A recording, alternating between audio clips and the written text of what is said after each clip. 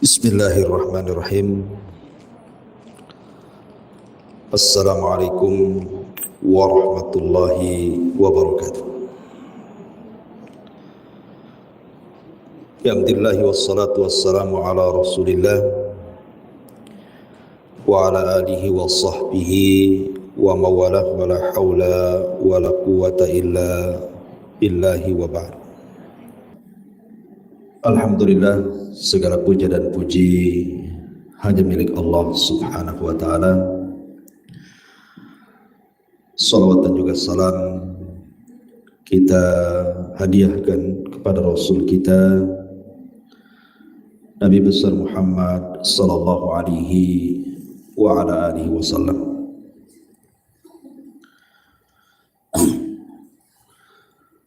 Alhamdulillah, di pagi hari ini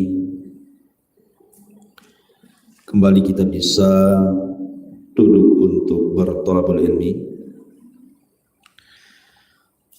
dan kita masuk pada bab ketiga dari kitab Minhajul Muslim, pasal yang pertama tentang akhlak yang baik dan juga penjelasannya.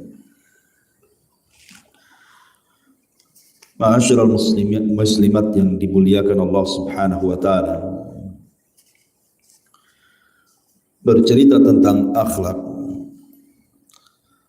artinya kita bercerita tentang amalan yang sangat ringan bagi yang Allah ringankan, tetapi pahalanya sangat-sangat besar sekali.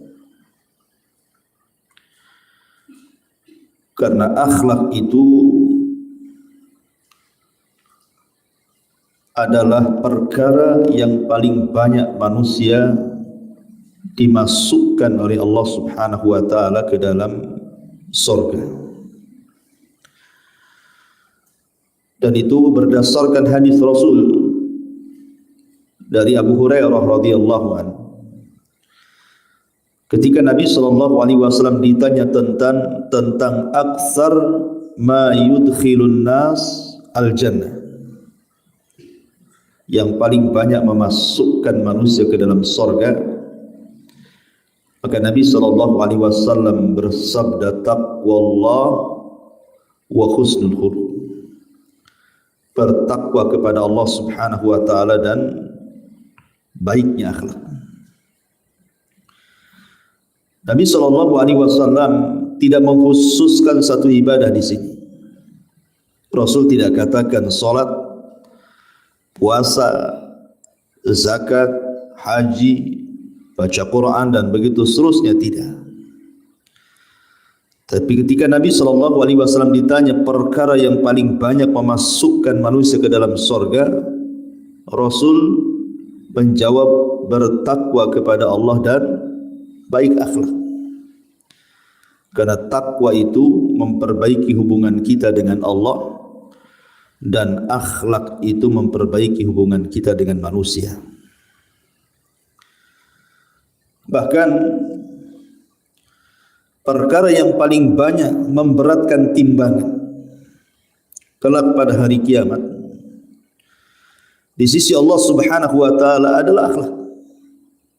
Ma min syai'in fil mizani athqal min husnil khuluq, kata Rasul. Tidak ada sesuatu yang paling bisa memberatkan timbangan seberat-beratnya pada hari kiamat kecuali husnul khuluq, orang yang berakhlak. Bahkan manusia yang paling dekat dengan Rasul pada hari kiamat, tempat duduknya adalah manusia-manusia yang berakhlak. Sebagaimana Nabi SAW mengatakan, inna min ahabbikum ilayya wa aqrabikum minni majlisan yaumal qiyamah ahasinukum akhlaqo. Sesungguhnya dari manusia yang paling aku cintai dan yang paling dekat denganku majlisnya pada hari kiamat adalah orang-orang yang baik akhlaknya. Lihat di sini, akhlak ini perkara yang paling banyak memasukkan manusia ke surga, perkara yang paling bisa memberatkan timbangan pada hari kiamat, dan perkara yang paling memungkinkan orang itu lebih dekat lagi dengan Rasul sallallahu alaihi wasallam pada hari kiamat. Bahkan akhlak itu bisa mengungguli ibadah. Sebagaimana Nabi SAW mengatakan, innar rajul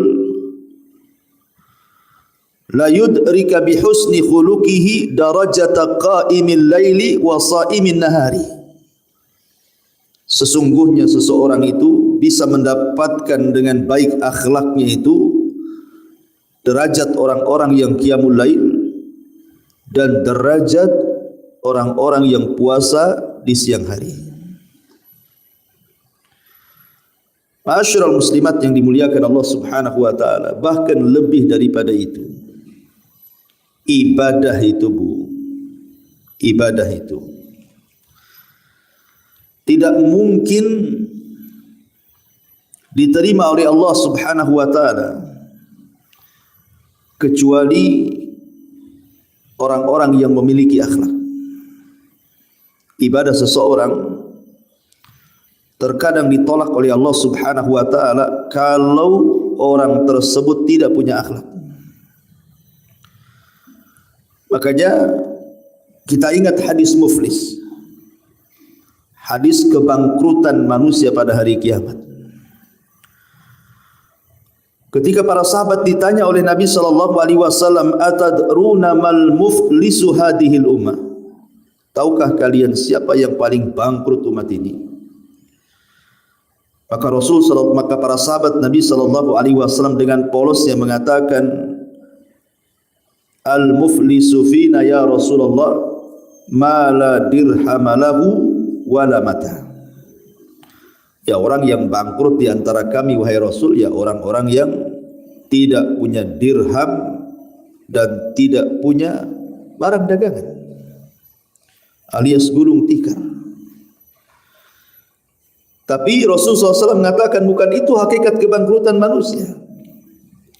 Tapi hakikat kebangkrutan manusia dari umatku, kata Rasul, man ya'ti yaumal qiyamah bi salatihi wa siyamihi wa zakatihi wa ya'ti qad syatama hadha wa qadhafa hadha wa akala mala hadha wa safaka dama hadha wa dharaba hadha. Tapi orang yang bangkrut pada hari kiamat itu, satu sisi dia membawa pahala solat, membawa pahala puasa, membawa pahala zakat, tapi sisi lain dia mencaci maki orang, menuduh orang, memakan harta orang, menumpahkan darah orang, memukul orang, dan begitu seterusnya. Maka kemudian orang ini akan dikisos. Kemudian nanti pada hari kiamat kebaikan-kebaikannya akan diambil orang-orang yang pernah dizaliminya. Dan kalau sudah tidak lagi tersisa dari kebaikannya, maka dia harus menanggung keburukan orang yang dizaliminya. Itulah orang bangkrut. Lihat dalam hadis ini, orang ini bukan tidak salat, Bu, salat. Orang ini bukan tidak puasa, puasa. Bahkan dia haji, sempurna rukun Islamnya. Tetapi ketika tidak ada akhlak pada kehidupannya, dia justru suka mencaci, suka memaki, suka menuduh, mengambil harta orang, memukul atau membunuh. Ini kan akhlak-akhlak buruk. Nanti pada hari kiamat, seluruh amal ibadahnya akan diserahkan kepada orang yang kita sakiti. Dari sini kita tahu bahwa ibadah itu sangat tergantung dengan akhlak. Ibadah itu sangat tergantung dengan akhlak. Bahkan rukun Islam yang 5, apakah itu syahadatnya, apakah itu solatnya, apakah itu puasanya, apakah itu zakat dan hajinya, tidak lain dan bukan rukun Islam itu diperintahkan karena inti kandungannya juga kembali ke akhlak. Makanya lihat para sahabat Nabi sallallahu alaihi wasallam. Banyak para sahabat Nabi itu sebelum mereka masuk Islam mereka para peminum khamr. Mereka juga pembunuh. Mereka juga orang-orang yang keras. Tapi setelah kemudian mengucapkan 2 kalimat syahadat dan mereka dinyatakan masuk Islam, maka mereka menjadi orang-orang yang lembut dan berakhlak. Karena syahadat, 2 kalimat syahadat itu menjadikan orang berakhlak. Kemudian salat. Bagaimana Allah Subhanahu wa taala mengatakan innas salata tanha 'anil fahsya'i wal munkar.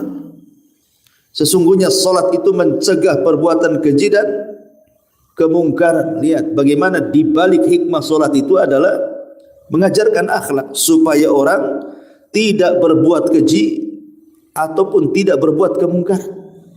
Dan itu bagian daripada akhlak. Ataupun puasa. Nabi SAW sampai mengatakan idza kana yaumu saumi ahadikum fala yarfus yauma idzin wala yaskhab fa in syatamahu ahadun aw qatalahu falyakul inimru'un shaim. Kata Nabi SAW, apabila salah seorang di antara kalian sedang berpuasa, maka jangan mengeluarkan kata-kata kotor. Jangan pula berteriak-teriak yang tidak ada manfaatnya.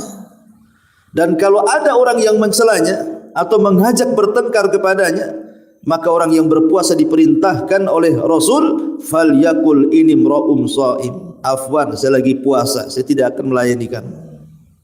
Lihat, puasa membentuk karakter, membentuk akhlak. Begitu juga haji.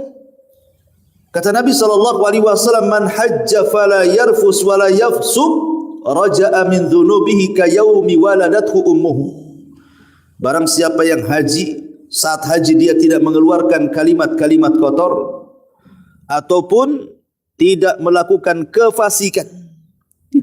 kefasikan, maka dia kembali pulang dan dosa-dosanya sudah dihapuskan seperti anak yang baru dilahirkan, kata Nabi SAW.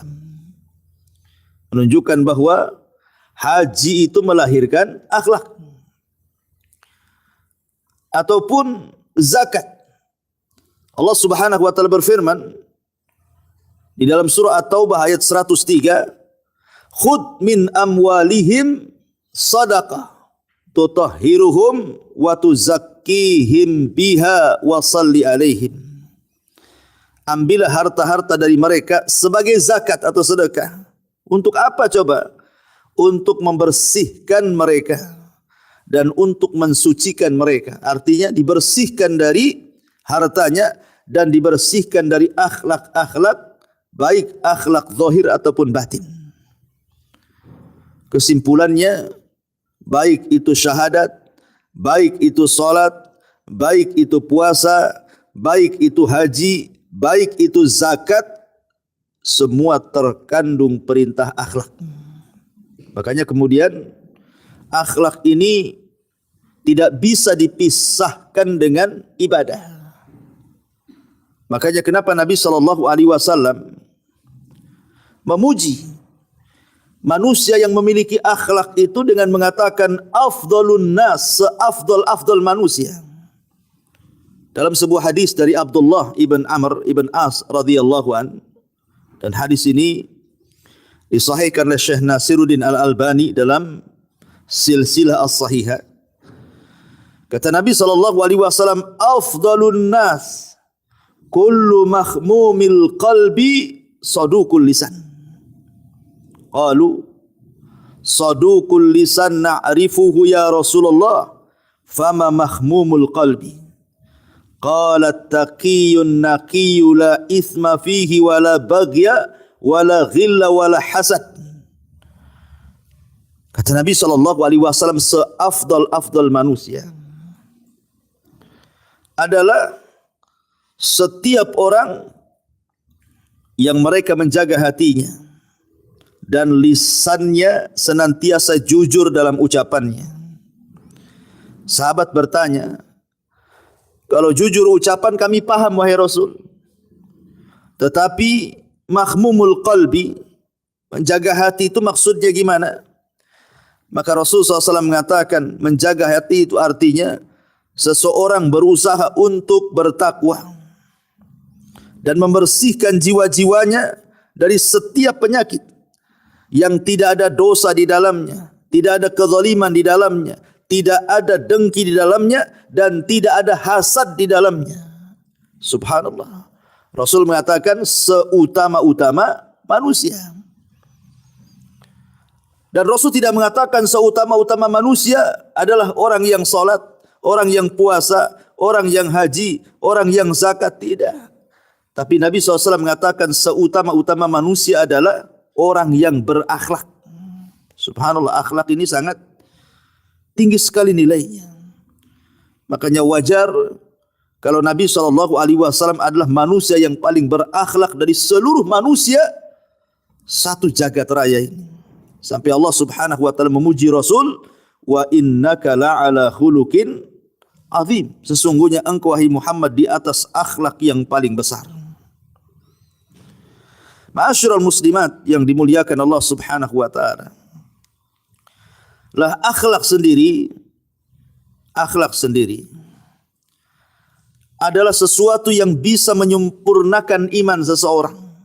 Jadi akhlak itu bisa menyempurnakan iman seseorang. Kata Nabi SAW, akmalul mu'minina imanan ahsanuhum akhlaqo. Mukmin yang paling sempurna imannya adalah mukmin yang paling baik akhlaknya. Mukmin yang paling sempurna imannya adalah mukmin yang baik akhlaknya. Lihat bagaimana keimanan juga ditentukan dengan akhlak. Artinya akhlak ini bukan perkara biasa. Karena banyak faedah-faedah yang akan didapat dari lahirnya berbagai macam keutamaan-keutamaan bagi orang-orang yang betul-betul berusaha untuk menjadi manusia yang berakhlak. Bayangkan Bu, sampai-sampai akhlak itu bisa menambah umur. Kata Nabi SAW, husnul khuluqi wa husnul jiwari yu'ammiranid diyari wa yazidani fil a'mari. Kata Rasul, baiknya akhlak dan baiknya bertetangga, keduanya bisa memperbaiki kondisi rumah dan bisa menambah umur seseorang. Sampai-sampai Nabi SAW mengatakan seperti itu. Bahkan akhlak sendiri memang tidak bisa seseorang itu menjadi baik kecuali seseorang itu berakhlak. Kata Rasul, inna min khiyarikum ahsanukum akhlaqah. Orang yang paling baik di antara kalian adalah orang yang paling baik akhlaknya. Lihat bagaimana barometer orang dianggap baik. Itu karena kebaikan akhlak. Makanya lihat di masyarakat kan Bu ya. Umpamanya ibu punya dua tetangga tuh. Tetangga sebelah ahli ibadah, salatnya rajin, puasanya rajin, baca Qur'annya rajin. Tetapi jarang senyum. Kemudian kalau ngomong itu nyelekit, ini tuh Bu ya. Kemudian buang sampah sembarangan. Tapi ibadahnya rajin Bu. Yang satu pula lah ibadahnya tidak rajin, salat pun tidak. Apalagi puasa, apalagi baca Quran. Pokoknya betul-betul tidak beribadah, tapi orangnya baik Bu. Kalau ketemu kita senyum, kalau kita pinjam uang langsung dikasih, kemudian bersih orangnya, kemudian orangnya santun, kemudian orangnya tidak pernah menyakiti, lisannya luar biasa, suka memuji dan begitu seterusnya. Terkadang bagi kita Bu, kadang-kadang kita tidak memilih ibadah orang kan Bu. Tetapi terkadang kita cenderung suka kepada tetangga yang baik. Walaupun dia bukan ahli ibadah. Bahkan kita benci itu tetangga yang tidak baik walaupun dia ahli ibadah. Kenapa demikian Bu? Karena ibadah itu manfaatnya hanya diri sendiri. Kalau kita punya tetangga tukang sholat, ahli sholat, ya memang sholatnya untuk dia saja. Kalau dia ahli puasa, ya puasanya untuk dia saja. Kalau dia kemudian baca Quran, ya untuk dia saja pahalanya. Kan ibu nggak dapat kan itu. Tetapi kalau akhlak itu semua dapat. Karena akhlak itu manfaatnya bukan ke pribadi kita saja, tapi akhlak itu juga manfaatnya untuk orang lain. Ya, makanya kenapa terkadang baiknya seseorang itu ditentukan dengan akhlak. Kata Nabi SAW, inna min khiyarikum ahsanuhum akhlaqo. Sesungguhnya orang yang paling baik di antara kalian itu adalah orang yang paling baik akhlaknya. Dan pasti manusia akan menyukainya, Bu. Orang kalau punya akhlak itu kita sendiri suka, orang lain suka, dan kita dapat pahala banyak. Tapi orang yang tidak berakhlak terkadang kita sendiri tidak suka, apalagi orang, kemudian dapat dosa pula. Contohnya ibu kalau ngomong dengan ucapan-ucapan santun, pokoknya kalau ngomong itu Masya Allah tertata, takut nyinggung orang, suka muji-muji orang, tidak pernah menonjolkan pribadinya. Orang lain suka, Bu, suka dengan kita. Bahkan orang lain itu nyaman dengan kita, mau ketemu dengan kita, bahkan sebagian mereka pengen terus berkawan dengan kita kan gitu. Dan kita pun merasa plong karena tidak ada manusia yang disakiti oleh kita. Tapi kalau ibu ini lisannya umpamanya jahat gitu ya, sedikit-sedikit keluar kata-kata binatang. Kan ada orang itu yang tidak bisa meninggalkan kata-kata binatang. Saya pun heran ya, kok ada orang itu sedikit-sedikit itu maaf, kadang bilang babi, kadang bilang anjing, kadang bilang, pokoknya nggak pernah lisannya itu nggak bisa menghilangkan kalimat itu. Apapun ceritanya, sering keluar kalimat itu kan.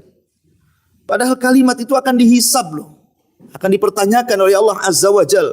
Karena di sisi kanan kiri kita itu ada raqib atid masalahnya. Orang ini nggak sadar kalau dia dicatat ucapannya. Lah orang-orang yang terkadang tidak punya akhlak, kasar dalam ucapan, Bu. Kadang-kadang menyesal. Orang yang mengucapkannya saja kadang-kadang menyesal. Kenapa aku tadi ngomong begini? Kenapa aku ngomong begitu? Yang dengar sakit hati pula kan gitu. Aduh, kenapa lah saya ketemu dengan si Anu gitu. Tadi hati saya enak-enak saja, sekarang makan pun susah katanya. Kepikiran tuh omongan orang itu. Sudah kemudian kita sendiri yang ngomong gak enak, orang yang mendengarkan tersakiti, dapat pula dosa. Nah, itulah dampak daripada akhlak. Ya, makanya, ma'asyiral muslimat yang dimuliakan Allah Azza wa Jalla, Rasul dengan tegas, inna min khiyarikum ahasinukum atau ahsanukum akhlaqo. Orang yang paling baik di antara kalian itu orang yang baik akhlaknya. Ma'asyiral muslimat yang dimuliakan Allah Subhanahu wa taala. Bahkan seagung-agungnya al-qurubat, perkara-perkara yang bisa mendekatkan diri kepada Allah, itu salah satunya adalah dengan akhlak. Ya. Karena tadi saya katakan bahwa innal abda la yablughu bi husni khuluqihi azima darajatil akhirati wa syarafal manazili wa innahu la dhaiful ibadah. Sesungguhnya seorang hamba pasti akan mencapai derajat yang agung di akhirat dan kedudukan yang mulia dengan akhlak yang baik, meskipun hamba itu lemah dalam ibadah. Perhatikan, ya, meskipun lemah ibadahnya, tapi akhlaknya bagus, Bu. Makanya saya heran ya, ada orang itu dari segi ibadah ya kurang gitu ya, dari segi akhlak pula dia jahat. Tidak ada yang diunggulkan. Kalau ibadahnya bagus itu kemudian akhlaknya tidak bagus, masih mendingan lah kan, itu bahasa kitanya. Masih ada lah yang dibanggakan. Atau akhlaknya baik, ya, kemudian ibadahnya pula rajin, dua-duanya dia dapat gitu. Minimalnya kalau ibadah sudah kurang, mungkin dia hanya membatasi dengan yang wajib-wajib saja. Tapi yang sunnah-sunnah mungkin jarang, puasa sunnah jarang, sedekah enggak, sholat sunnah apalagi, tapi dia jaga 5 waktunya gitu ya, yang wajib-wajibnya. Kalau memang kita kurang dari segi ibadah, tonjolkan dari segi akhlak. Karena ada seseorang hamba itu dengan baik akhlaknya akan mencapai derajat yang agung. Kemudian kata Rasul, pada hari kiamat dan kedudukan yang mulia di akhirat. Meskipun hamba itu lemah ibadahnya, kan itu ya. Jadi adalah sisi yang ditonjolkan dari segi akhlak kita ini. Ma'asyiral muslimat yang dimuliakan Allah Subhanahu wa taala. Nah, di sini muallif rahimahullahu taala menyebutkan banyak dalil tentang seputar akhlak. Seperti beliau membawakan ayat Al-Qur'an surah Al-Qalam di mana Allah mengatakan wa innaka la'ala khuluqin azim. Dan sungguh engkau benar-benar berbudi pekerti yang agung wahai Muhammad. Ya, Nabi SAW sebelum diangkat jadi Nabi dan Rasul saja sudah menonjol akhlaknya. Orang-orang jahiliyah di zaman Nabi SAW itu menyebut Nabi SAW sebagai Sadiqul Amin. Orangnya sadik, kalau ngomong itu santun dan benar. Kemudian amin, orangnya terpercaya, tidak pernah mengkhianat dan tidak berkhianat. Dan itu sejak kecil, bukan setelah diangkat jadi Nabi dan Rasul saja, tidak. Sejak kecil Nabi SAW akhlaknya baik. Bagaimana dia ingin membantu pamannya karena sudah banyak memberikan kebaikan kepadanya. Jazaul ihsan ilal ihsan, mengajarkan balasan orang baik itu adalah kebaikan. Dan itu dicontohkan oleh Nabi SAW sejak kecil dia sudah menjadi penggembala kambing untuk membantu ekonomi pamannya. Kemudian ketika dia dititipi oleh teman-teman sejawatnya, kambing-kambing gembalaannya, sementara ada acara entah walimah entah acara, kawan-kawannya terkadang menitipkan kambing kepada Rasul yang jumlahnya bukan 10-20, mungkin ratusan kambing. Tapi tidak ada satupun kambing yang hilang. Bahkan kambingnya gemuk-gemuk dirawat Nabi SAW. Amanah. Bahkan sampai diangkatnya beliau menjadi Nabi dan Rasul pun beliau sangat amanah. Di mana barang-barang orang Quraisy itu kalau mereka safar dititipkan kepada Nabi SAW, tidak ada yang hilang. Tidak pernah digunakan. Bahkan dirawat. Tidak seperti kita dititipi barang itu. Maaf ya, saya titip motor. Motornya dipakai sama ibu seharian tuh. Udah rusak dikembalikan. Nah, gimana ini kan? Barang titipan terus dijaga gitu ya. Dan balasannya nanti di akhirat. Bukan balasannya di dunia dengan mengatakan enak saja nih titip motor sama saya. Ya saya pakailah Ustaz kan itu. Enggak begitu. Kita ini kalau memang ingin dapat pahala besar, rawat. Kecuali kalau kita memang izin sama yang nitip. Boleh nggak saya pakai motormu selama dititip di saya? Dan saya janji nanti kalau rusak saya perbaiki. Kan enak gitu Bu ya. Tapi kalau nggak ada omongan kayak gitu, ya taruh aja lah kita jaga di rumah kita. Itu titipan orang. Kalau nanti datang orangnya kita kembalikan. Terus saya dapat apa? Dapat pahala. Ya, kita dapat pahala. Itu yang dilakukan Nabi SAW. Dan Nabi SAW tidak pernah mengucapkan kecuali kebenaran. Dan itu disaksikan baik lawan ataupun kawan. Benci-bencinya orang-orang kafir Quraisy kepada Rasul, sekelas Abu Jahal, apalagi apabila ditanya soal Nabi SAW, dia mengatakan apa? Aku tidak pernah melihat dari lisannya keluar kedustaan. Bahkan Nabi Sufyan sebelum masuk Islam, yang merupakan pemimpin Quraisy juga ketika ditanya oleh Raja Herakli soal kenabian Rasul SAW, kemudian ditanya soal apakah orang yang ngaku Nabi di Mekah itu kalau ngomong dia bagaimana? Dia mengatakan aku tidak melihat kedustaan pada raut wajahnya katanya. Jadi Nabi SAW itu betul-betul memang di atas akhlak yang luar biasa. Itu sebelum diangkat jadi Nabi itu. Apalagi setelah diangkat jadi Nabi, Ummuna Aisyah radhiyallahu anha ditanya soal akhlak Nabi SAW, maka Rasul mengatakan, Aisyah radhiyallahu anha mengatakan, kana khuluquhul Quran. Akhlaknya Rasul itu adalah Al-Quran. Setiap perintah kebaikan dalam Al-Quran sudah dilaksanakan Nabi. itulah Nabi SAW, Al-Quran yang berjalan. Makanya Allah Subhanahu wa taala katakan, wa innaka la'ala khuluqin azim. Dan sungguh kamu wahai Muhammad benar-benar di atas akhlak yang sangat mulia. Adapun Allah Subhanahu wa taala di sini memerintahkan juga di dalam surah Fussilat ayat 34, wadfa billati hiya ahsan fa idza kana alladhi bainaka wa bainahu adawatun ka'annahu waliyyun hamim. Tolaklah kejahatan itu dengan cara yang lebih baik.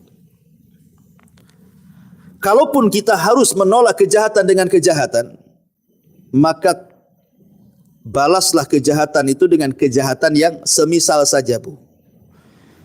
Seperti ibu dicela, kemudian ibu tak terima, boleh enggak Ustaz menjawab celaan dengan celaan? Boleh, tetapi dengan celaan yang sama. Pamannya ibu dikata-katai yang tidak baik. Oh, orang itu otaknya kayak otak binatang apa gitu ya. Itu otak semut tuh katanya. Ya. Jadi kalau ada orang yang kemudian mencela seperti itu, kata Bu, maka ibu boleh mencela balik. Otak dia yang semut. Gitu Bu ya. Sudah sampai di situ saja.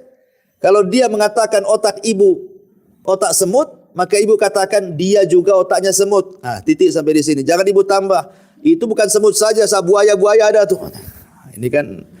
Ini ibu nambah namanya ya. Jadi jangan ditambah. Kalau mau membalas kejahatan itu cukup dengan kejahatan yang sama. Tapi kalau seandainya ibu balas dengan kebaikan, maka Allah mengatakan idfa billati hiya ahsan. Tolaklah kejahatan itu dengan cara yang jauh lebih baik lagi. Fa idzal ladzi bainaka wa bainahu adawah ka'annahu waliyyun hamim.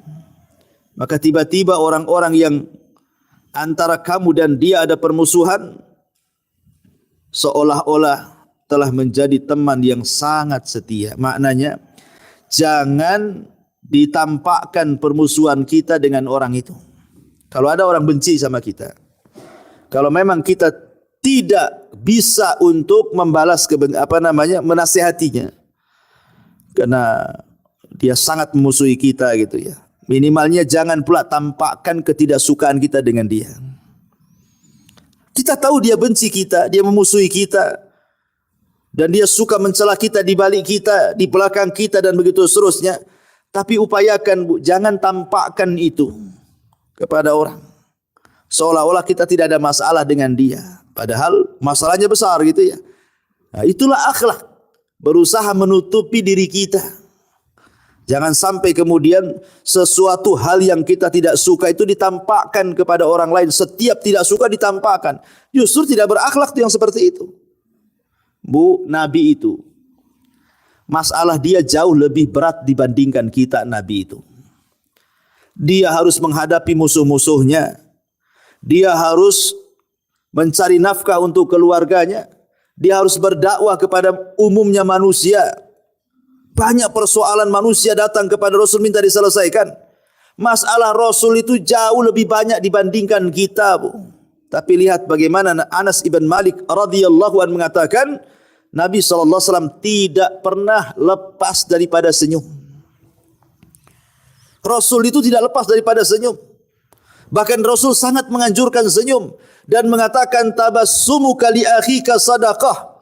Senyum kamu kepada saudaramu itu sedekah, Bu. Ya. Bayangkan Rasul itu banyak masalah, Bu. Masalahnya bertubi-tubi Nabi itu. Ya diejek sama musuh-musuhnya, difitnah sama musuh-musuhnya, dibuli sama musuh-musuhnya, dibuatkan makar sama musuh-musuhnya. Belum lagi dia harus menghadapi para sahabat, mendamaikan perselisihan para sahabat. Belum lagi harus berjihad, berperang, dan begitu seterusnya. Masalah Nabi itu menumpuk. Masalah kita ini gak seberapa dengan masalah Nabi. Tapi lihat Rasul mencontohkan kepada kita, seberat apapun masalah, Nabi SAW senantiasa tersenyum.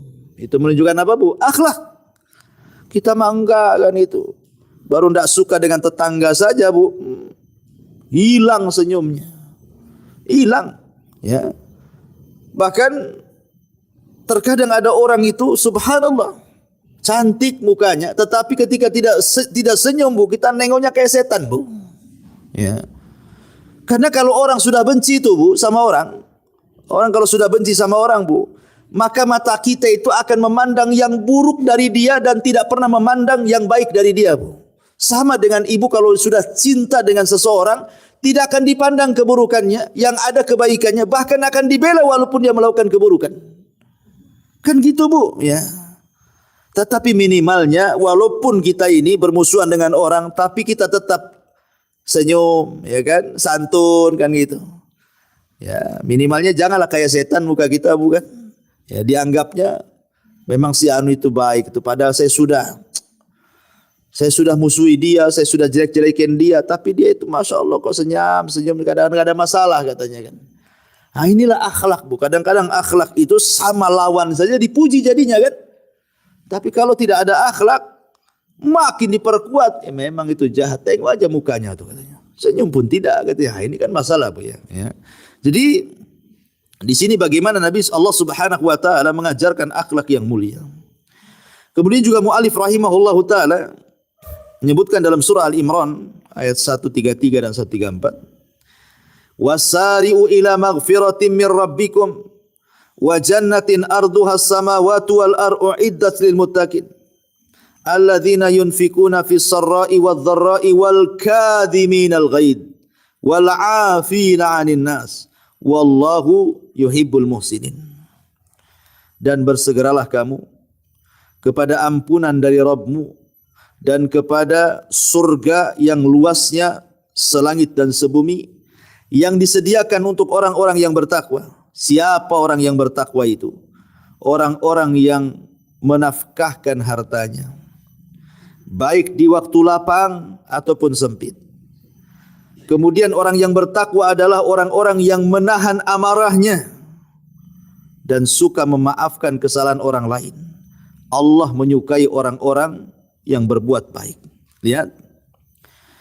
Setelah Allah Subhanahu wa taala menjelaskan tentang bagaimana surga itu yang luasnya selangit dan sebumi. Kemudian Allah mengatakan surga yang seluas langit dan bumi itu diperuntukkan untuk orang yang bertakwa. Lah ciri yang menonjol dari orang yang bertakwa yang akan mendapatkan surga seluas bumi dan langit itu disebutkan oleh Allah Subhanahu wa taala 3 perkara. Pertama, orang-orang yang membiasakan sedekah walaupun dia senang ataupun susah, baik ketika lapang ataupun sempit, dia tetap sedekah. Dia tidak menunggu lapang saja, sempit pun dia berusaha untuk sedekah walaupun tak banyak. Kemudian yang kedua, bisa menyembunyikan amarahnya. Nah, ini yang susah nih. Kadang-kadang kita ini kalau lagi marah itu, kalau bisa itu semua isi hati itu keluar semua lewat mulut tuh. Kalau bisa itu semua keluar sausus-ususnya kan Bu ya. Dikeluarkan semuanya. Iyalah Ustaz, kalau saya tutup-tutup nanti jadi penyakit, nanti sakit hati, nanti banyak. Enggak begitu juga kan itu ya. Justru kalau kita tidak memuntahkan semua yang kita tidak suka, kemudian kita bersabar, inilah bagian daripada al-kadhiminal ghaidh. Menahan amarah dan hawa nafsu, dan ini bagian jihad melawan hawa nafsu. Dan ini pahalanya besar. Ya, ini enggak ya, kadang-kadang ya tadi saya contohkan tadi, kadang-kadang kalau lagi marah itu, kalau dia orang-orang awam ya, insyaallah mudah-mudahan di sini tidak kan. Saya sering dengar itu tetangga-tetangga tuh. Kadang-kadang kalau ngomong tuh binatang tuh keluar semua Bu. Saya heran juga gitu. Ada tetangga itu kalau ngomong itu sedikit-sedikit binatang aja keluar. Cuman 2 tuh Bu yang jadi sasaran tuh, kalau enggak anjing babi Bu. Itu. Enggak pernah saya dengar buaya, badak gitu ya. Cuman 2 itu saja. Saya tak paham juga kenapa. Itu kalau seandainya anjing babi berakal Bu, oh diadukan tuh. Aku tak ikut-ikut kok, aku dibawa-bawa katanya kan itu. Ini kan masalah nih. Padahal ingat bahwa ini saya nasihatkan kepada orang yang tidak bisa meninggalkan bahasa-bahasa binatang nih. Ya. Di dalam hadis Nabi SAW, Nabi SAW mengancam. Berat Bu ancamannya. Orang yang suka melaknat itu, membawa-bawa nama binatang sama orang itu. Apa kata Nabi sallallahu alaihi wasallam dalam hadis Abu Darda radhiyallahu an yang dikeluarkan Imam Muslim? Kata Nabi sallallahu alaihi wasallam, "Innal la'anina la yakununa syuhada wala syufa'a yaumal qiyamah." Lihat konsekuensinya. Para pelaknat, para pencela itu, mereka pada hari kiamat tidak akan menjadi saksi dan tidak akan dapat syafaat. Mereka tidak akan jadi saksi dan mereka tidak akan mendapatkan syafaat pada hari kiamat. Subhanallah. Salah satu yang menyelamatkan kita kelak pada hari kiamat itu syafaat. Syafaat, baik syafaatnya malaikat, syafaatnya para nabi, syafaatnya orang-orang yang beriman dari kalangan orang-orang soleh, syafaatnya anak, syafaatnya orang tua, syafaatnya orang-orang yang ahli perang, para syuhada gitu ya. Ini orang-orang yang suka mencela ini, mereka tidak akan dapat syafaat, kan ngeri bu. Ya, makanya saya nasihatkan kalau yang belum bisa meninggalkan kalimat-kalimat binatang itu kurangilah. Ya kurangi. Ya kalau bisa sih dikurangi, bukan berarti diganti. Ya diganti sama aja kan gitu ya. Kan saya sudah ganti yang lebih halus Ustaz. Biasa saya bilang anjing, sekarang saya bilang curut katanya. Lah sama aja kan gitu, itu binatang juga. Ya. Sebaiknya jangan, nggak usah ganti-ganti, hilangkan, dihilangkan. Karena itu celaan-celaan yang luar biasa. Takutnya sudah menjadi latah tuh bu. Itu yang jadi masalah. Kalau sudah menjadi latah ucapan seperti itu, nanti akan dibawa kepada pikun dia. Kalau Allah takdirkan dia pikun. Coba bayangkan, orang yang terbiasa mengucapkan kalimat binatang ketika warasnya, ketika dia pikun itu yang dikhawatirkan. Akhirnya kadang belum pikun bu, kadang-kadang terperanjat, kaget mungkin bahasa kitanya ya. Itu yang keluar bahasa itu juga tuh. Padahal hanya kaget saja. Apalagi kalau sudah pikun kan gitu ya. Ya Allah, ini enggak kita bayangkan gitu. Kebiasaan-kebiasaan buruk itu masuk ke dalam kepikunan dia. Oleh karena itulah maka Nabi SAW sampai keras sih mengatakan la'anun ya la yakununa syuhada wala syufa'a yaumal qiyamah. Ma'asyiral muslimat yang dimuliakan Allah Subhanahu wa taala. Kemudian Allah Subhanahu wa taala mengutus rasulnya untuk menyempurnakan akhlak. Berdasarkan sabda Nabi sallallahu alaihi wasallam, "Innama bu'itsu li utammima makarimal akhlak." Sesungguhnya aku diutus hanyalah untuk menyempurnakan akhlak manusia.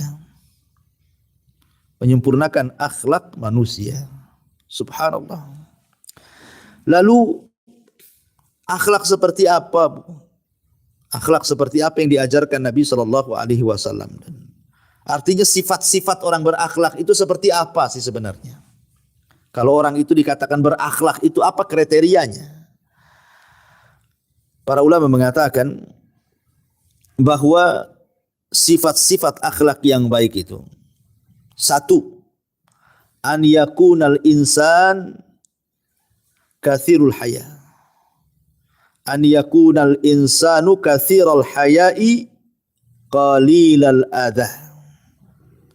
Hendaklah manusia itu diperbanyak perasaan malunya dan disedikitkan untuk membuat sakit orang lain atau mengganggu orang lain atau menghina orang lain dan begitu seterusnya. Disedikitkan, berusaha dikurangi. Dan rasa malu itu tidak mendatangkan kecuali kebaikan bu. Malu untuk berghibah akhirnya tak ghibah. Malu untuk berdusta akhirnya tak dusta. Malu untuk mencela akhirnya tak mencela. Malu untuk maksiat akhirnya tidak maksiat. Rasa malu itu tidak mendatangkan kecuali kebaikan. Ya. Kemudian disedikitkan al-adha. Jangan sampai kemudian mengganggu orang. Kalau tidak bisa meninggalkan secara keseluruhan, ya dikurangi sampai betul-betul kita menjadi orang yang tidak pernah menyakiti orang. Kemudian yang kedua, kathirus salahi, sadukul lisani, qalilul kalami. Yang kedua, banyak memperbaiki diri. Introspeksi apa yang kurang, apa yang salah ya, dari diri kita ini.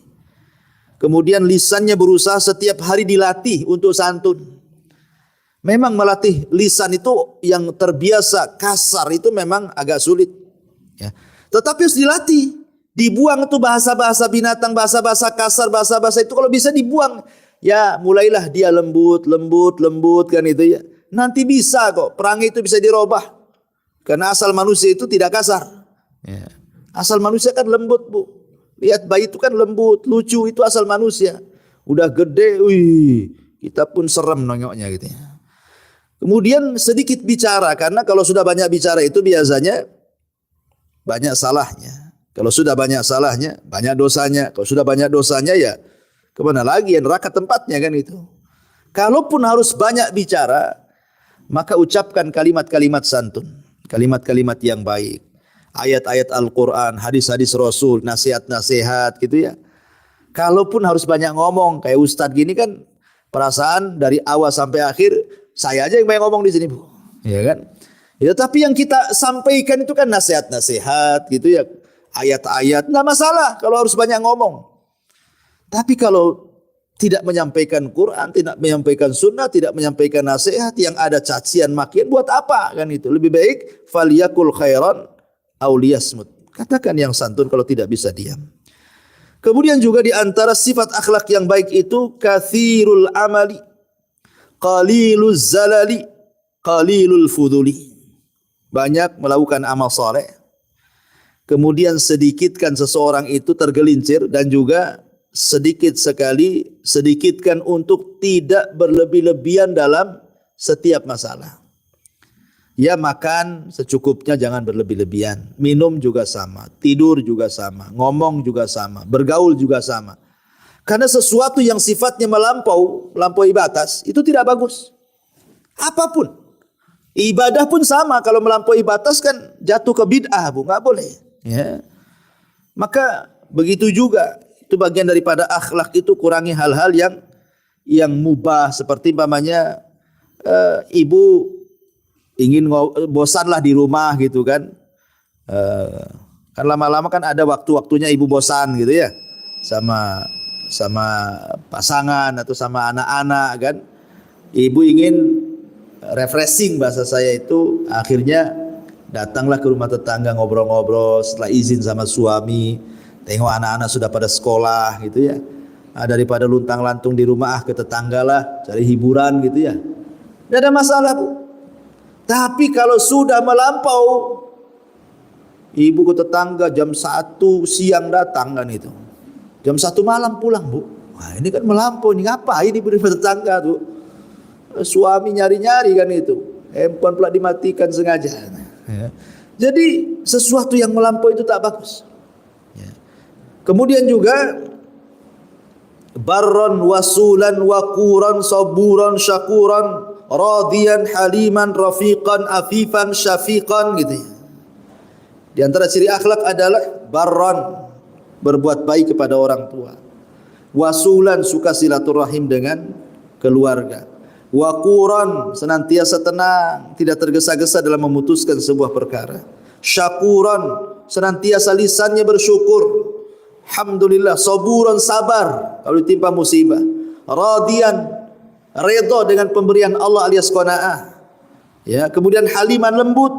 Kemudian rafiqan juga sama, lembut. Afifan, menjaga kehormatan. Syafiqan, penyayang. Maka itu bagian daripada akhlak juga. Kemudian juga sifat akhlak yang baik, la la'anan, tidak suka mencaci, melaknat.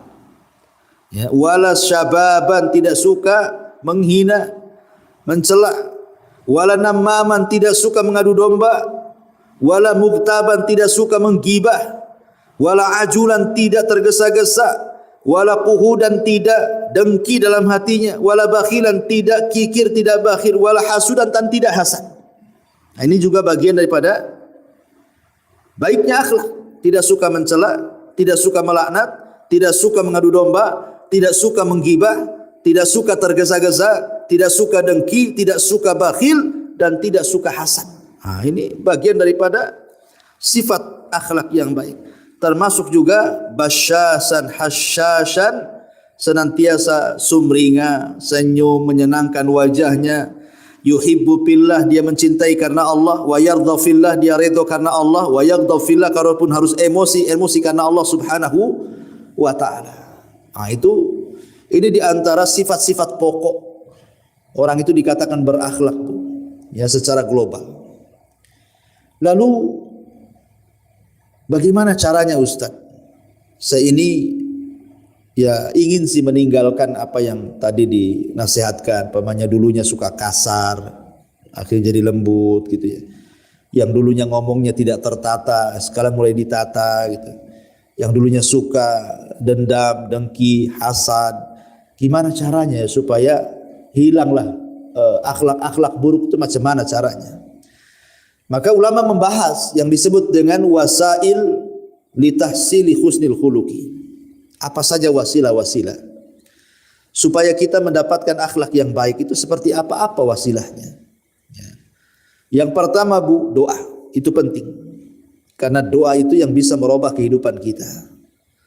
Ad-doa dengan apa? Bi husnil khuluqi, supaya Allah memperbaiki akhlak kita.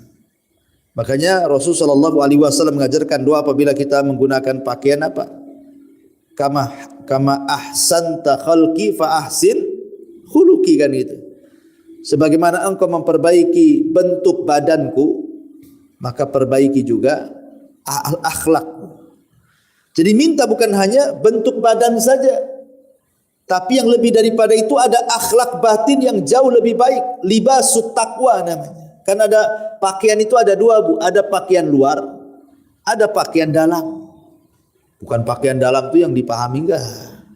Maksudnya kalau pakaian luar itu berkaitan dengan fisik ibu berdandan, pakai celana yang bermerek, pakai baju yang bermerek, pakai tas yang bermerek.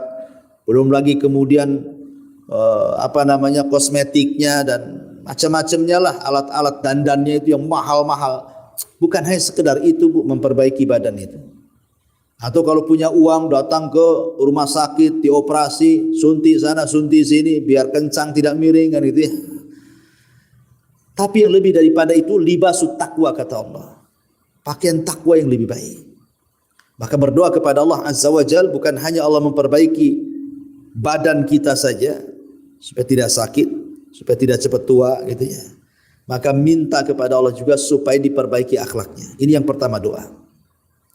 Yang kedua, tafakkur fi thawabi husnil khuluqi. Cobalah sebelum kita ini mengeluarkan kata-kata kotor ataupun hendak menyakiti orang dengan akhlak buruk kita atau apalah namanya, ingat bahwa dalam melaksanakan akhlak yang baik itu ada pahala besar. Dan tidak tanggung-tanggung pahala orang yang berakhlak itu. Ingat bahwa yang berakhlak itu adalah seafdol-afdolnya manusia. Bahwa orang yang berakhlak itu adalah sesuatu yang paling banyak memasukkan ke surga. Bahwa orang yang berakhlak itu sesuatu yang paling memberatkan timbangan dia.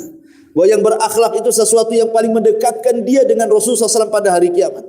Bahwa sebaik-baik manusia ditentukan dengan akhlaknya. Ingat tuh keutamaan-keutamaan itu. Sehingga tidak jadi ya mau mencela akhirnya memuji. Kayak gitu, Bu ya.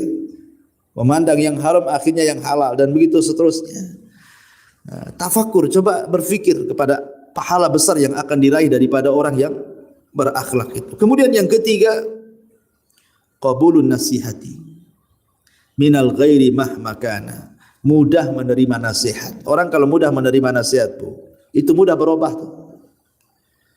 Karena ada orang kalau dinasihati malah nasihati balik, Bu. Ya, bahasa Jawanya itu kalau ibu ngandani itu malah dikandani, Bu. Ya. Kalau nasihati balik gitu ya.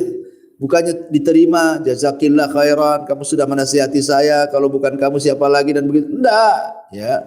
Malah kemudian macam-macam perangainya. Kurang ajar, kayak dia aja yang baik katanya. Nah, gitu, Bu. Terima kasih siapapun dia, ya. Kemudian juga yang keempat, al-istima' wal intifa bi kalamil a'da wal khusum. Ambil, dengarkan, ambil manfaatnya walaupun yang mengucapkan musuh kita. Jangan sampai kemudian kebencian kita kepada sebuah kaum tidak berlaku adil kepada kaum tadi. Kalau yang baik kita dengarkan, kalau yang baik kita ambil. Ya. Karena memang tabiat manusia itu kalau benci dengan orang biasanya tidak akan dilihat kebaikannya. Yang ada buruk aja di mata dia. Tetapi kalau ingin kita ini menjadi baik dan berakhlak, ya dengerin saja. Kalau memang musuh kita ini mengeluarkan kata-kata yang baik, kita tiru. Kita ambil, kita manfaatnya. Ya.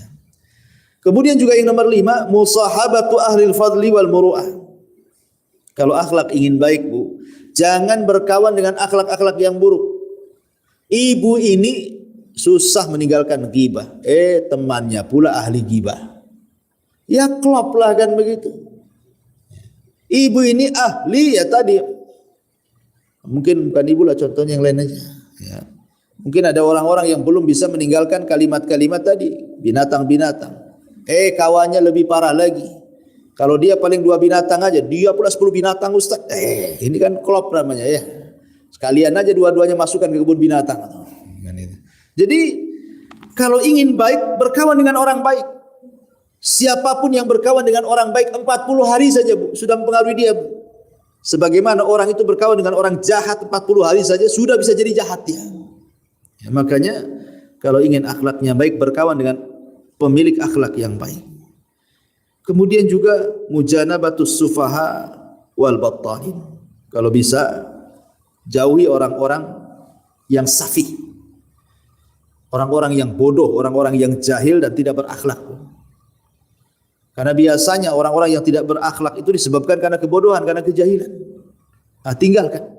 Ya, jangan dekat-dekat orang-orang kayak gitu itu. Kemudian yang nomor 7, an-nadharu fi siyarir rasul. Lihat sejarah Nabi. Macam mana Nabi disakiti, macam mana menghadapinya. Macam mana Nabi difitnah, macam mana Nabi menghadapinya. Bagaimana Nabi dighibah, bagaimana cara menghadapinya. Bagaimana Nabi SAW mulai dari sebelum diangkat jadi Nabi, setelah diangkat jadi Nabi, bahkan ketika dia berdakwah, macam mana dakwahnya. Jadi lihat sejarah Nabi, supaya kita bisa mencontohnya. Ya. Kemudian juga yang nomor 8, tamrin an-nafsi ala fi'lil akhlaqil hasanati bitatbiqil amali. Membiasakan bahwa akhlak itu bukan hanya sekedar teori, tapi kalau bisa juga dilaksanakan dalam segi perbuatan. Ya. Kemudian juga yang nomor 9, at-ta'ammul. At-ta'ammul wa ta'arruf ala ma tahmiluhu nafsu min akhlaqis sayyiati wa adatil qabihati. Renungkan orang-orang atau akibat-akibat ketika orang itu berakhlak dengan akhlak yang bagus kan. Makanya sering saya ulang-ulang, Bu. Madrasah yang paling manfaat itu, yang sangat berharga bagi kehidupan kita, yang boleh jadi melebihi orang yang sekolah. Dari SD, SMP, SMA sampai S1, S2 sampai doktor, ya. Jadi madrasah kehidupan di sekitar kita kadang-kadang itu yang sangat bermanfaat untuk kita. Umpamanya ada kejadian nih, ada seseorang dibunuh. Kemudian kita tanya, kenapa dia dibunuh? Oh, gara-gara dia menghina. Jadi orang yang membunuhnya itu tersakiti hatinya. Mungkin dia mencaci maki, enggak terima, akhirnya ditusuk, matilah dia. Oh, berarti memang kita harus menjaga lisan. Kalau tidak nanti kita kena pula kayak dia. Padahal dia ngomong itu sepele saja. Boleh jadi mungkin tadi mengatakan si fulan anjing atau babi atau apa, akhirnya kemudian orang itu emosi, ambil pisau ditusuk, mati akhirnya. Ya. Kan banyak, Bu, saya lihat di berita-berita itu orang membunuh itu, Bu, itu gara-gara masalah sepele. Hanya gara-gara tersinggung. Ya. Tersinggung dia. Dari ucapannya yang kasar, tersinggung, akhirnya dibantai itu. Ini kan ataupun dari perbuatan-perbuatan buruk dia tidak menghargai dan begitu seterusnya, akhirnya kemudian dibunuhnya. Itu kan jadi pelajaran tuh. Kalau kita pandai mengambil pelajaran, kenapa si fulan dipukul, kenapa si fulan dibunuh, kenapa si fulan dibuli, kenapa ini? Oh, ternyata karena akhlaknya enggak bagus. Akhirnya kita tidak ikut seperti dia. Nah, itu maksudnya. At-ta'ammul wa ta'aruf ala ma tahmiluhu an-nafsu min akhlaqis sayyiati wa adatil qabihah ini. Kemudian juga yang terakhir mujahadatun nafsi. Wastifraghul was'i ala tarkil akhlaqis sayyiati. Harus berusaha, berjihad meninggalkan akhlak itu, karena meninggalkan kebiasaan buruk itu memang berat. Kenapa berat? Karena ibu punya musuh 2. 1 setan yang senantiasa memberikan was-was, 2 hawa nafsu. Ya. Jadi kalau ingin meninggalkan itu, ibu harus melawan dua perkara ini. Pertama lawan setan, yang kedua lawan hawa nafsu. Makanya kenapa Rasul mengatakan, Allah mengatakan dalam Quran, wa man yujahidu fina lanahdiyannahum subulana. Orang yang sungguh-sungguhlah yang akan mendapatkan hidayah dari Allah Subhanahu wa taala. Ma'asyiral muslimat yang dimuliakan Allah Azza wa, ini di antara ulasan-ulasan, adapun dalil yang disebutkan mu'alif tadi sebagian sudah saya bacakan juga dalam muqaddimah, ibu bisa baca sendiri. Tapi yang jelas saya tutup dengan satu hadis Nabi sallallahu alaihi wasallam. Kata Nabi SAW, ana zaimun bi baitin fi rabdil jannah liman tarakal mira wa in kana muhiqqa. Wa bi baitin fi wastil jannah liman tarakal kadhiba wa in kana maziha. Wa bi baitin fi a'lal jannah liman hasuna khuluquhu. Aku jamin, kata Rasul, dengan rumah di pinggir sorga bagi yang meninggalkan perdebatan walaupun dia di atas kebenaran. Dan aku jamin orang itu akan dibangunkan rumah di pertengahan sorga kalau dia meninggalkan dusta walaupun bercanda. Dan aku jamin, kata Rasul, Allah akan membangunkan rumah yang paling tinggi di sorga bagi yang baik akhlaknya. Subhanallah. Allah akan bangunkan rumah di sorga yang paling tinggi, liman hasuna khuluquhu, bagi yang baik akhlaknya. Wallahu a'lam bishawab. Dan nanti setelah bab ini mu'alif rahimahullah ta'ala akan memerinci akhlak-akhlak yang sangat bagus seperti sabar, syukur, dan begitu seterusnya ya. Nanti kita lanjutkan di pertemuan yang lainnya. Wallahu a'lam. Taib sampai di sini. Kalau ada yang bertanya silakan. Iya, alhamdulillah. Itulah kadang-kadang, Bu, setan itu minal jinnati wan nas. Ada setan itu dari kalangan jin dan ada setan itu dari kalangan manusia. Ya, manusia ini siapa saja. Bisa orang dekat, bisa orang jauh. Bisa orang satu rumah, bisa orang di luar rumah kan itu. Karena setan itu kan sifat, Bu. Lain dengan jin, manusia, malaikat gitu ya, itu zat ya. Tapi kalau setan itu kan sifat. Ya, ada manusia tersifati sifat setan. Kadang-kadang kalau ngobrol dengan kita itu ya isinya hanya kejelekan aja, keburukan saja. Makanya kenapa Allah mengatakan fa'arid anhu hatta yakhudu min haditsin ghairi. Berpaling dari orang-orang kayak gitu sampai beralih pembicaraan kepada pembicaraan yang lainnya. Jangan ditanggapi. Kalau ditanggapi sakit hati pula kita. Kadang-kadang kita ini awalnya tidak bawa dosa, Bu. Ya, hati kita tenang, ditelepon sama saudara. Saudara ini pula menjelek-jelekan saudara yang lainnya. Akhirnya setan masuk ke hati kita, was-was. Dibenarkan pula yang tadinya tidak komentar jadi komentar. Kemudian disambung-sambungkan dengan cerita lama. Akhirnya habis telepon bawa dosa jadinya kita kan, Bu. Ya. Jadi kalau memang ibu bisa nasihati. Kalau tidak bisa, setiap dia ngobrol kejelekan langsung tutup, Bu. Maaf, Bu. Maaf deh, maaf Kak, ini kalau urusan ini saya kayaknya nggak bisa nih. Ya, saya tidak mau mencela yang lainnya. Ya, tapi kalau ibu nasihati. Kalau dinasihati kemudian dia marah ya nggak apa-apa, Bu. Konsekuensi dalam berdakwah itu tidak semua mulus. Ya, tetapi walaupun demikian kita tetap menjaga norma-norma dakwah yang benar supaya orang itu bisa menerima. Mungkin dengan cara bahasa-bahasa kita diatur, ditata dengan yang santun supaya tidak tersinggung nasihatnya. Tetap ya. Walaupun nasihat itu sebuah kewajiban, bukan berarti semua bahasa kita pakai kan gitu.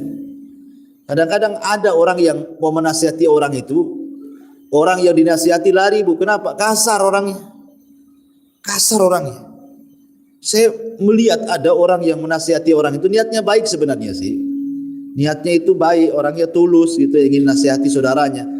Tapi bahasanya itu tidak pernah ditata. Bahasanya itu ya tadi, dasar kau keras kepala, kau tidak bisa nasihati. Pokoknya semua keluar tuh. Ya tidak bisa juga hidayah masuk kalau cara nasihati seperti itu. Wa in kunta faddan ghalidhal qalbi lan faddu min hauli, kata Allah. Hai Muhammad, kalau engkau kasar, engkau keras, manusia akan berpaling darimu. Itu sekelas Nabi. Ya. Sekelas Nabi aja kalau kasar, Bu, umatnya akan lari. Kita bukan Nabi. Ya, kita ini orang biasa yang banyak dosa. Kita pula keras pula kan itu. Bahkan lebih keras daripada orang yang kita dakwai. Dia itu sudah keras orang itu. Kita menasihatinya lebih keras lagi daripada dia, kan ngeri Bu ya kan. Maksudnya kan kita datang itu melembutkan hatinya, bukan makin keras orang itu gara-gara ucapan kita kan. Jadi sikap ibu, kalau ibu sudah nasihati kemudian dia marah, ya ibu sabar. Ya, terus sabar, terus nasihati insya Allah, dan berdoa kepada Allah mudah-mudahan Allah lembutkan hatinya. Mudah-mudahan dia tidak ngomong lagi sama tetangganya atau sama saudara seperti itu. Terus berdoa dan nasihati, dan jangan terputus nasihat itu. Ya, cuman kalau memang tidak bisa secara aktif ya dikurangi, umpamanya biasa sering telepon, ya dikurangi nelponnya lah. Ya, saya belum bisa nih nelpon dia.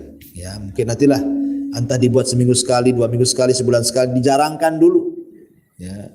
Nah, itu sebagai pelajaran lah umpamanya. Kalau tidak bisa tiap hari, inten akhirnya jadi marah, jadi keras gitu, kasih waktu.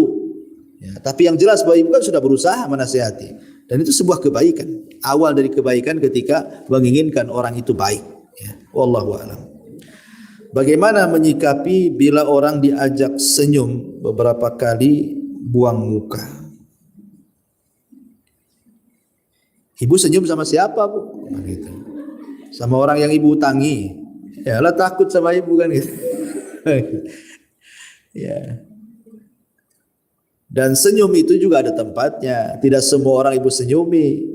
Jangan pula suami tetangga ibu senyumi, bahaya. Dan itu artinya bahwa senyum itu ya kepada orang yang berhak ibu senyumi, kepada suami terutama yang paling penting, anak-anak, orang tua, kerabat gitu ya.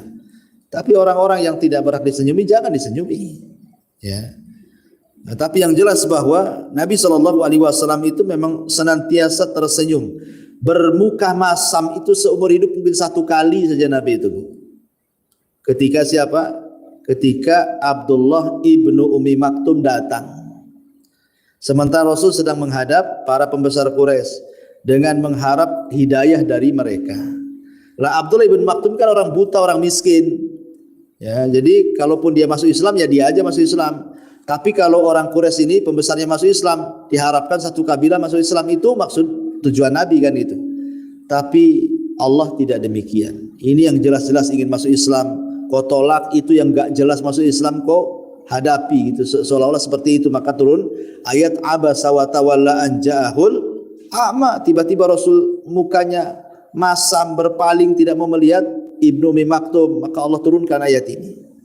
Makanya Rasul sadar setelah itu dia setiap datang Abdullah ibnu Maktum, Rasul senantiasa mengatakan marhaban biman atabani rabbi. Selamat datang orang yang sudah membuat teguran Allah kepada aku, katanya. Kalau berjumpa dengan Ibnu Umi Maktum itu. Tapi lihat Rasul itu hanya 1 kali saja bermuka masam kepada Ibnu Maktum itu. Tapi lebih daripada itu Rasul itu senantiasa senyum, senyum dan senyum. Kalau kita senyumnya sedikit, masamnya yang banyak. Ya. Ini pertanyaannya bagaimana menyikapinya? Ya sudah, nggak usah dimasukkan hati Bu. Yang penting kan kita sudah beribadah. Tabassumu kali akhika sedekah, senyuman kamu kepada saudaramu sedekah. Kita sudah senyum, kalau dia berbuang muka ya terserah dia. Yang penting kita tidak seperti dia, supaya dibedakan mana yang jahat, mana yang baik, mana yang berakal, mana yang gila, mana yang waras, mana yang gila. Begitu Bu. Ya. Kalau ibu kemudian kapok, buat apa senyum sama dia? Ustaz, habis senyum dia malingkan muka, bagus aku palingkan muka sekalian. Nah, enggak gitu Bu ya. Kalau begitu nanti enggak bisa dibedakan mana yang berakal, mana yang tidak tuh. Ya. Kemudian yang kedua pertanyaannya, bagaimana menyikapi orang yang menjauh dari kita tetapi kita tidak tahu apa salah kita? Apa harus bertanya sama dia caranya, cara dia menjauhi kita? Enggak perlu bertanya Bu, enggak perlu. Ya. Gak perlu bertanya. Yang penting kita seolah-olah gak ada masalah dengan dia. Ya, kalau dia menjauh dari kita, ya kita mendekat kepada dia lah. Makin menjauh, makin mendekat, makin menjauh, makin mendekat. Kata dia, ngapain kau dekat-dekat? Tak ada. Ya, kita kan gak ada masalah kan itu. Ya. Jadi janganlah ditanya. Kalau ditanya tersinggung nanti. Kenapa kamu kok jauh dari saya? Ada masalah ya? Emang kau tanya katanya. Ya. Bertanya-tanya katanya. Ini kan repot nih kalau kayak gini ya.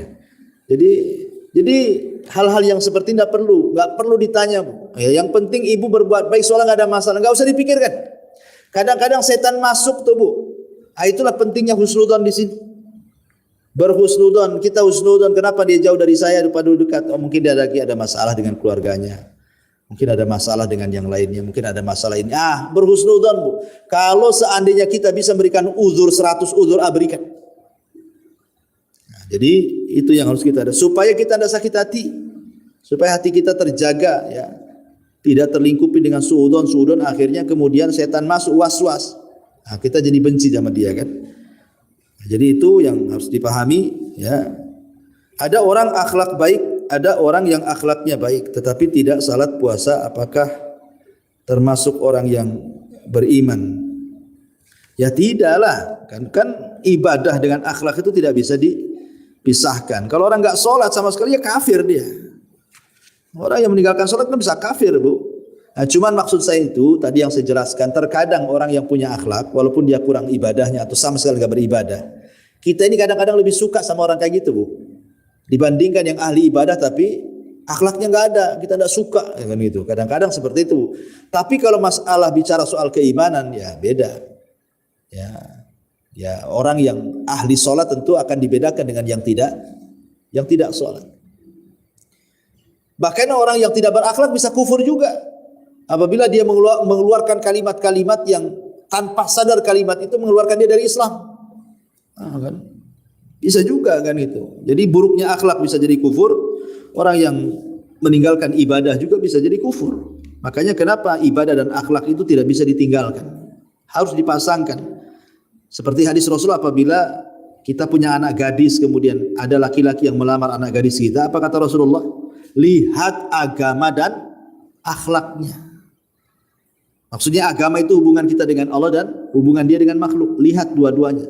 Kalau memiliki kriteria dua-duanya ada, nikahkan. Kalau tidak nanti hancur. Anak kita akan hancur.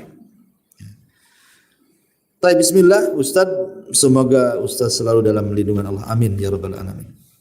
Ustaz, bagaimana cara supaya setiap hari tambah berakhlak baik dengan suami? Bagaimana kita meniru, bagaimana kita berusaha gitu ya.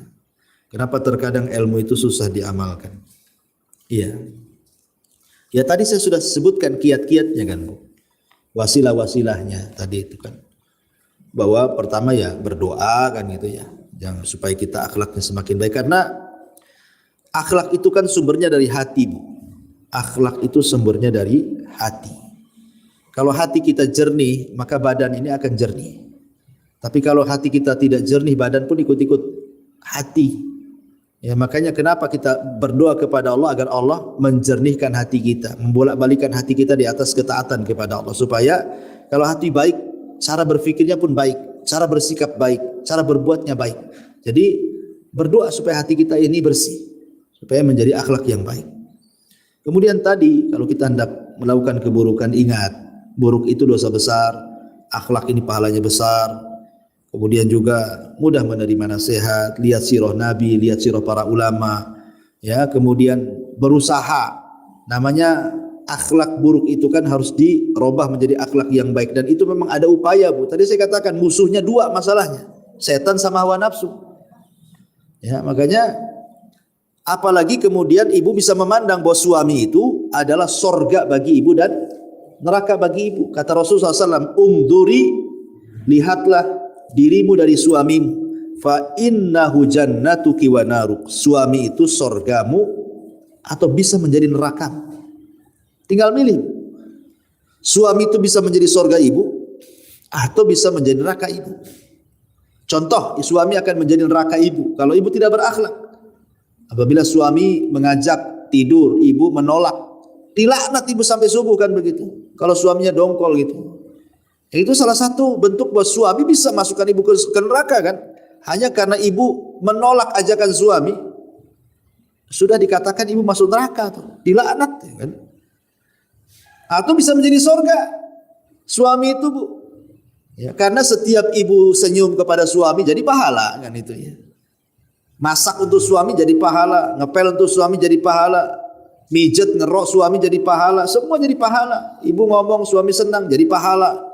Bisa jadi surga. Ya. Jadi suami itu bisa menjadi surga dan bisa menjadi neraka. Nah, ingat ke situ. Kalau ingat ke situ kan akhirnya mau melakukan keburukan akhirnya tak jadi. Nah, kalau saya melakukan ini takut neraka nih saya. Tak jadi akhirnya kan. Nah, saya harus robah nih. Nah, supaya saya masuk surga. Nah, itu makanya inti daripada rumah tangga itu bukan tujuan, Bu. Ingat, Bu, berumah tangga itu jangan dijadikan tujuan hidup. Tapi jadikan rumah tangga itu wasilah. Ibu mengantarkan ibu ke surga. Anggaplah rumah tangga itu kapal. Kalau dengan naik ke atas kapal itu bahteranya sampai ke surga naik. Tapi kalau kapal itu mengantarkan ke neraka turun, ngapain dilanjutkan? Ya. Jadi jadikan wasilah. Karena semua yang ada di dunia ini bukan tujuan. Semua yang ada di dunia ini adalah wasilah menuju surga Allah Subhanahu wa taala. Wallahu a'lam bishawab. Sekira cukup sampai di sini.